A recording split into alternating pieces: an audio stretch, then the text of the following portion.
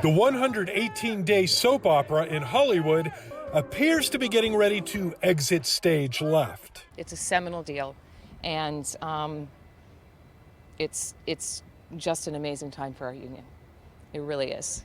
The SAG-AFTRA strike ended at 12:01 Thursday morning, according to union officials, who said in a statement the tentative agreement will, quote, enable SAG-AFTRA members from every category to build sustainable careers. There's a lot of improvements on wage negotiations. One of the things that actors have been pushing for is to ensure that they are going to get paid out on streaming residuals. The actors walked off the set July 14th with numerous complaints toward the Hollywood brass, including the use of artificial intelligence. That has been the big sticking point for actors over the past few weeks. They wanted to ensure that protections for their actors were built into the contract. Although some are already celebrating the end of the strike, a typical Hollywood happy ending isn't secured yet. The tentative deal still needs to be ratified before it becomes official. But assuming the pact gets the green light, I would expect production to resume for your favorite films and series in January, and things that were pushed into the first quarter of 2024, those things might still air, but we're looking at a lot of things returning in the second quarter of the year.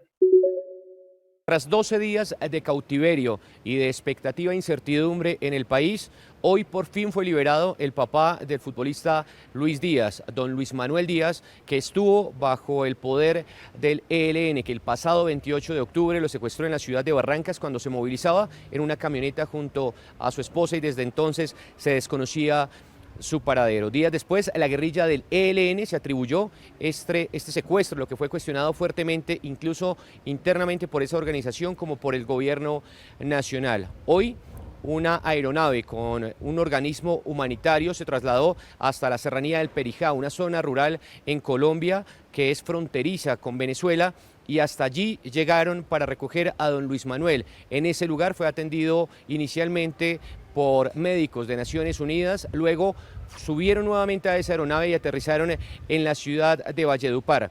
Y ahí ustedes pueden ver las imágenes, las primeras imágenes que se conocen tras los 12 días de cautiverio de don Luis Manuel Díaz, caminando al lado de los organismos humanitarios que hicieron parte de esta liberación, Naciones Unidas y la Iglesia Católica colombiana. Él será valorado más adelante por las diferentes entidades médicas en Colombia para determinar su estado de salud, y también se espera un pronunciamiento de Naciones Unidas acá en Colombia sobre este hecho. Importante señalar que el gobierno nacional, el gobierno de Colombia, ha cuestionado fuertemente esta práctica por parte del ELN sobre los secuestros y ha dicho que el próximo punto en la mesa de negociación con esta guerrilla será que liberen a todas las personas que tienen en su poder.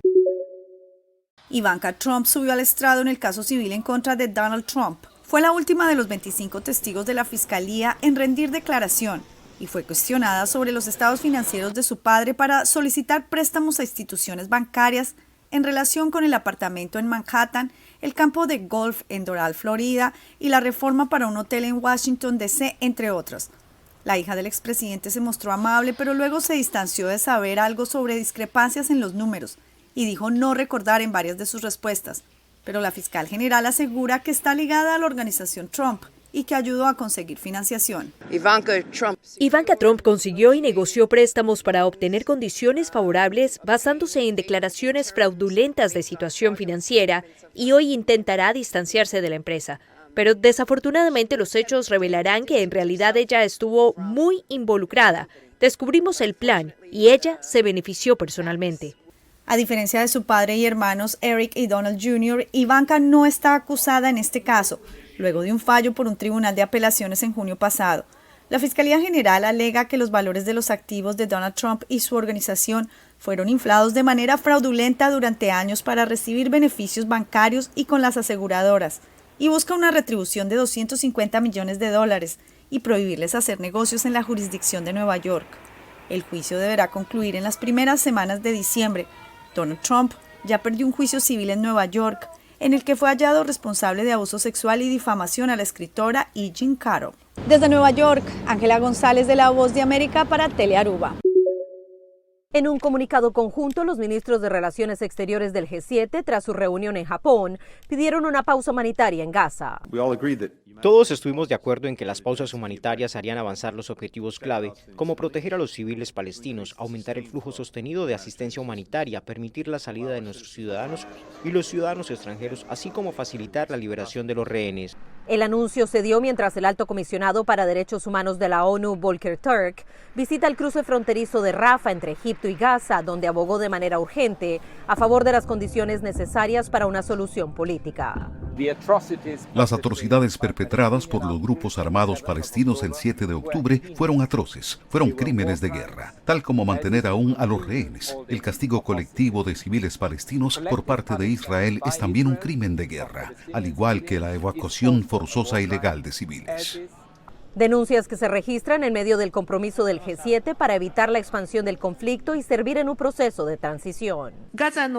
Hemos acordado que trabajaremos hacia una solución sostenible a largo plazo en Gaza y que una solución de dos estados es el único camino hacia una paz justa y duradera en la región. Donde, según Blinken, la gobernanza post-conflicto en Gaza debe seguir algunos principios básicos. En primer lugar, Gaza no puede seguir siendo gobernada por Hamás. Eso simplemente invita a una repetición del 7 de octubre y Gaza es utilizada como un lugar desde el cual lanzan ataques terroristas. También está claro que Israel no puede ocupar Gaza. En declaraciones al Wall Street Journal, el ministro de Relaciones Exteriores de Israel, Eli Cohen, indicó que su país prefiere que Gaza esté a cargo de una coalición internacional a la que podrían incluir a Estados Unidos, la Unión Europea y países de mayoría musulmana, y que apoyan la propuesta de Estados Unidos para que la autoridad palestina juegue un papel crucial. Informó Celia Mendoza de La Voz de América desde Washington para Telearuba.